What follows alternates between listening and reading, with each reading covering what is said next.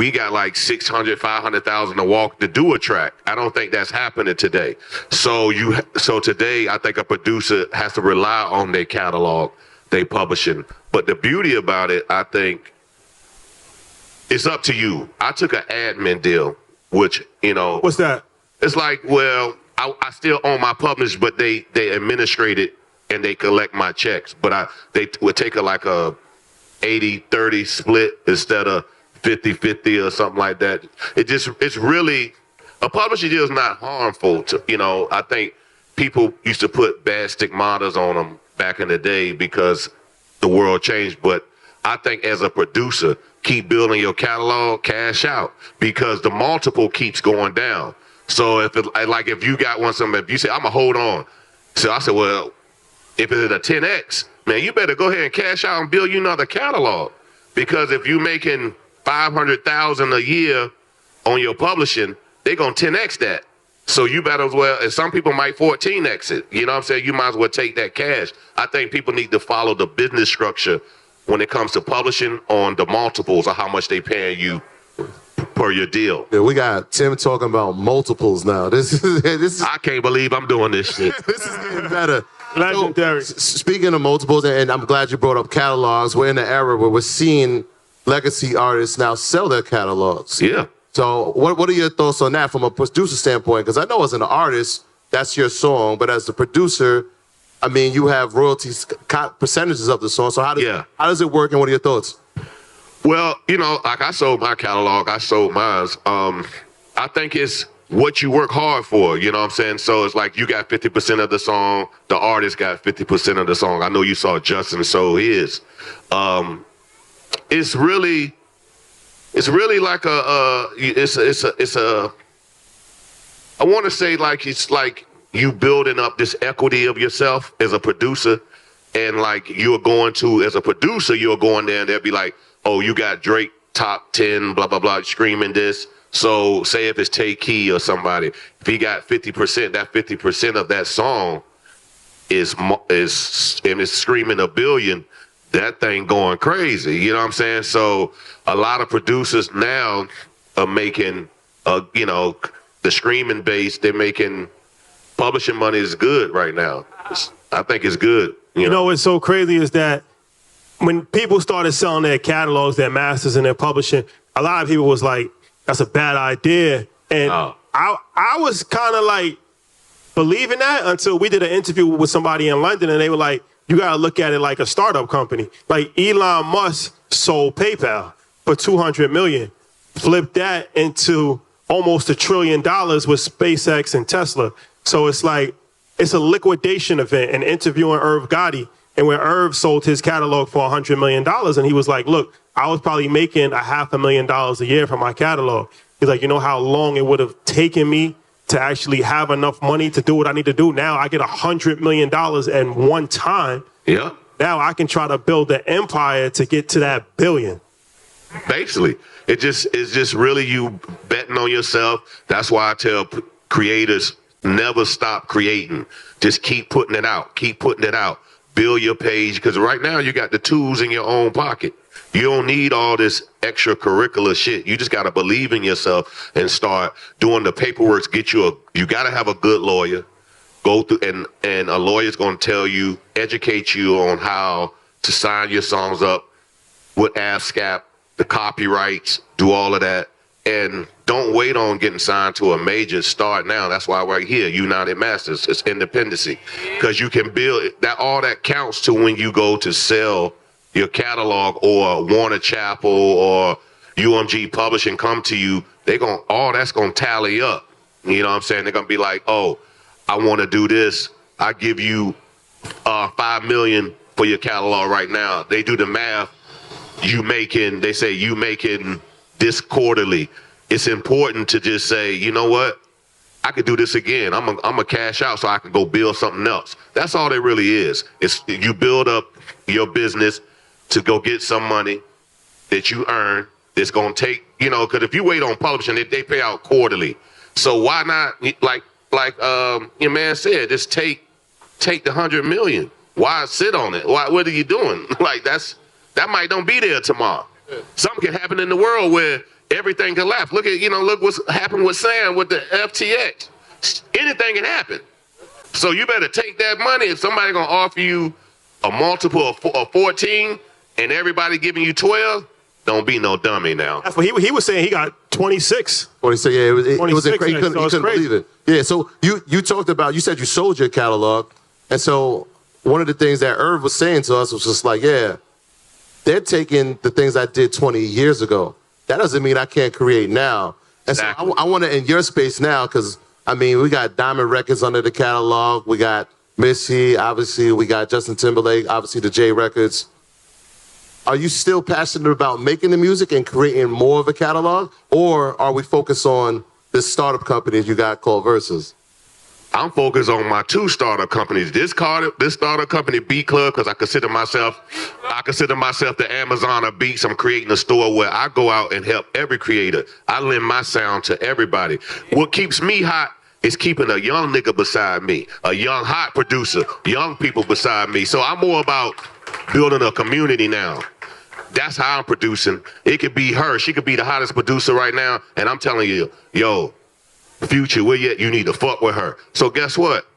Timbaland, he said it. He did it. So that's how I'm producing now. I'm producing with people. I'm producing people. And I'm building my company and bringing on people that like, yo, I grabbed all the hottest producers. I did the same thing. Gave them equity in B Club and we started. So I was doing all that at the same time at Versus. So I'm in the phase of I'm still doing music, but I do it with other people. Like me and Mike Will talking about doing an album. You know what I'm saying? I told Mike, as a producer, we was going over his hits. He got a lot of major hits, and I look at it like, this is a time for you to go back and get a run. Like you and your Future records was crazy. We got to go back and do a run. So for me, I'm extending myself producing that way. Like I did everything when it comes to producing, but I haven't really worked with somebody that's younger than me or got more swag because this is a young sport. Music is a young sport.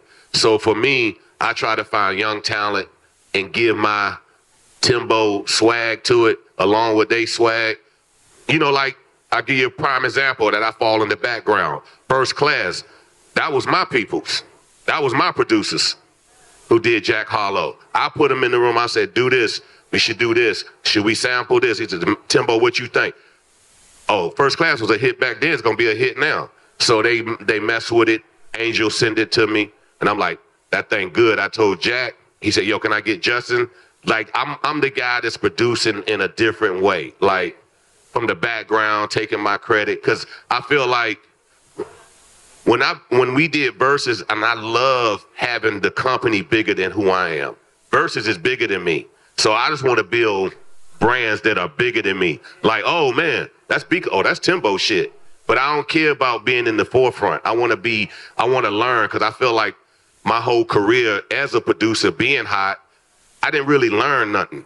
You know what I'm saying? I was just blowing money, wasting shit, doing crazy stuff. And now I'm like, Jimmy was like, when you get like in your middle age, he's like, yo, that's when you really make your real wealth. And he always told me that and it always stuck with me. So I was like, sometimes it's good to play the background to learn. So now I just want to build and be part of amazing companies and try to just pivot and do certain things that's totally different outside my realm. I don't want to be just, oh, Timbo, the music producer. I want to be, yo, when every kid, I heard all these talented artists, right? Yo, go to B Club. I'm going to hook you up. I'm going to hook you with the hottest producers. I'm going to tell you where to go. Subscribe over here. And then I'm not being a faceless company. Like, I really talk to these kids. I tell them, like, yo, you got to tighten that snare. And I done play so much music for people that never got a placement in the world. So I'm like, you know what? That's my gift. That's my next calling. So that's what God got me doing, is building these companies, learning more about SPACs, ownerships. SPACs. So I can write my great S1 one day. Let me ask you this. I know you had some financial issues. What were some issues that you had, and what was some trials and tribulations and lessons that you learned along the way? Math is just not my thing. Like, I'm just going to be a 100 with you. Like, you know what I'm saying? Like, it just understanding. For me, money is money, but you really got to understand yourself. Like, are you addicted to a certain lifestyle?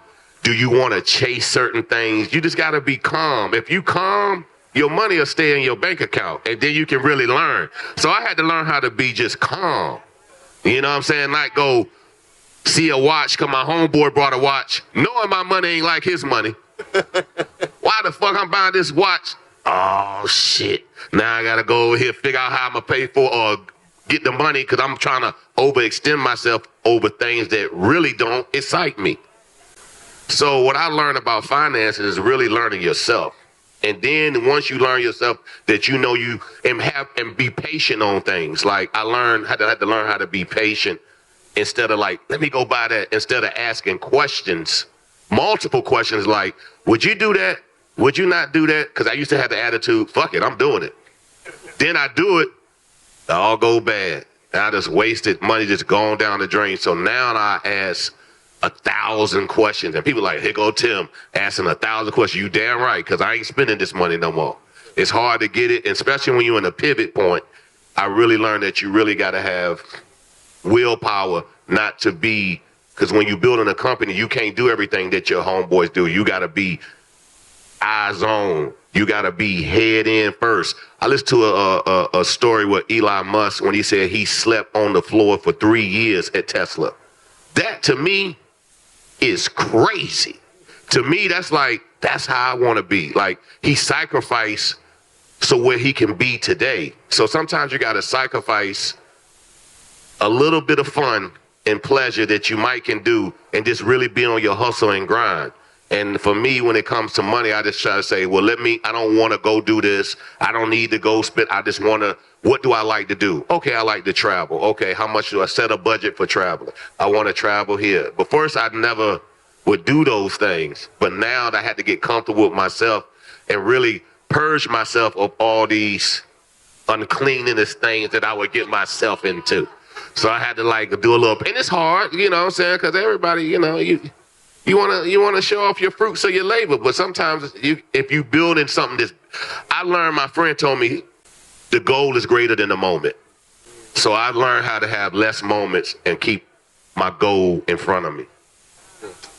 It's powerful. That's a bar. Yeah. So I wonder about the power of influence, right? Because your partner in Versus Swiss, we saw him go to Harvard for business school. I wonder, being around him, the impact that it had on you. And conversely, when you see young producers, like you mentioned, like a Tay Keith or a Metro, Mike Will, are you advising them on the mistakes that you made and saying like, hey, this is how it can go? Man, I tell them, that goes another thing about yourself. You got to be comfortable with yourself to tell your mistakes. I tell everybody my mistakes. I was telling OZ, I was like, he brought like a Lamborghini because he do almost a lot of Drake records, and he brought like a couple car. I said, all right. I said, I did that. That depreciates, you know that, right? You know you can go put it in a trade or, do something and flip and get that and never have to spend your money. Like you can, a lot of things you can do, but don't go crazy because you just getting in the car and going back in the house. You do know that, right?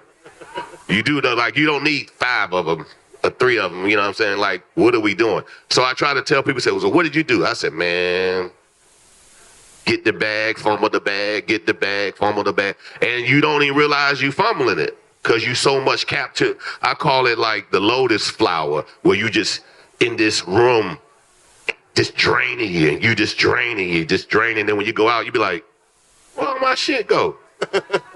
You've been in that lotus room just going crazy, spinning. And then it's like, you can't do that. You got to just be calm in the hype. Just ride it out, build your business, look at other things that you want to do. I tell them I tell producers, the way producers is going right now, it's one every week. It's a little kid that's coming up. So I'm saying, as you build your catalogs, go invest into business. Go put your money away. Go watch y'all.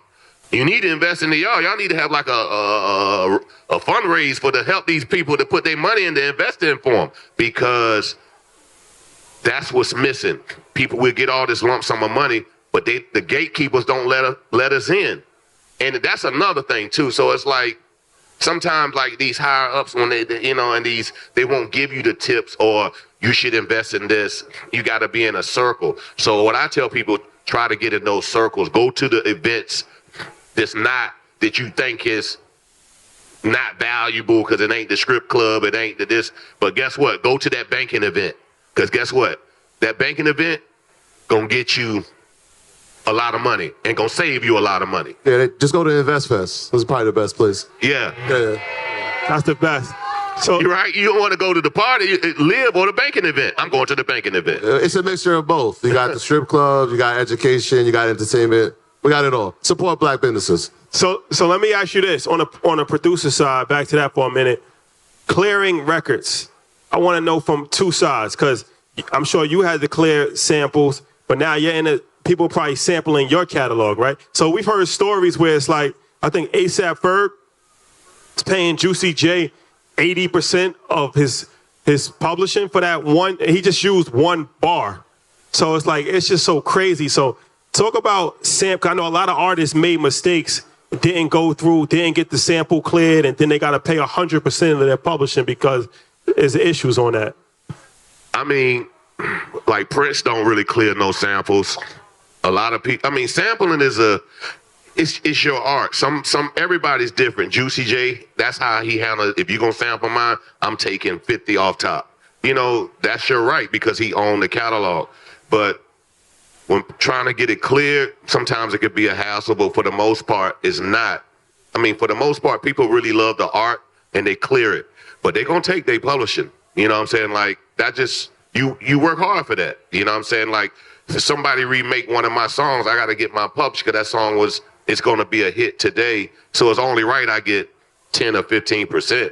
I'm not going to hit you across the head for 50% because I know you're recreating and you got to eat too. But at least when it comes to that, a lot of people who own those copyrights get to say the say so at the end of the day, where they can say yes or not. But Juicy J, like, I don't clearing samples when it comes to music. It's just a matter on who owns it, and most of the times, if you sign to a publisher, they'll go clear it for you and tell you that you only made, like, say if I'm the producer of. It's been a couple songs with me and Missy where I sample Ann Peoples for I Can't Stop the Rain. I think she took about 25, so me and Missy had to split the rest because she took 25 off the top. And it's only right I use her whole loop for the whole song. So you don't really trip about it because you look at the greater good, what the song is going to do. I always looked at, I pay him whatever because I know it's a hit. I need this hit. I need to build up the catalog. I'm building this because I know I can make more money with this one record. I know I got to break her off or break this person off. I don't mind that because I know I'm a reap more in the long run. There's a lot of independent artists here. Obviously, United Masters is the home of that. And so I'm wondering, because you've seen young talent, right? We started with Aaliyah all the way up to Tink and all her success now. I remember the first person who was talking about her was you. And so what are the things that you see in a talent that says, you know what, they have star quality? Star quality. You know, it's hard for me to say what's star today because I done came from an era where we didn't have social media. We didn't have all these platforms. So to me, what a star quality that I think is a person that know who they are, that owns what they do, and know how to perform. A lot of artists don't really know how to perform, but I feel like if you know how to give a show, that really makes a difference. You know, like, I was at Rolling Loud, and I was telling my son, I was like, when Kendrick came on, I was like, look at the difference between them, not taking away from nobody else, but that's a superstar. You hear every word clear. He's precise. This is not just a festival for him. He's putting on the show. People crying. That's what star quality is. Like when you put so much work into your work that you just not like, you're not hoarding it out to everybody. And we don't get a lot of those because now everybody go viral trying to do their shit. It's not really about the artist. It's really about the songs now. But star quality is really up to you, but it really doesn't exist today. I think you can count on one hand like who's a superstar.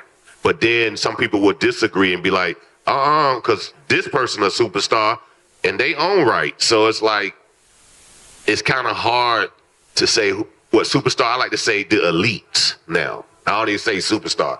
An elite person or entertainer is somebody who really cares about their craft. And you see them constantly working on it. And to me, who I think is a superstar or elite, who's going to be elite and is on his way and he's steady rising, is Jack Harlow. Jack Harlow is definitely a superstar. The way he carry himself, the way he think about his music, the way he want to put out music, he have conversation. He invite me in to have a conversation. I'm like, okay, he's a star. He's a superstar because it's not about partying or whatever. He really cares about the craft of making an album.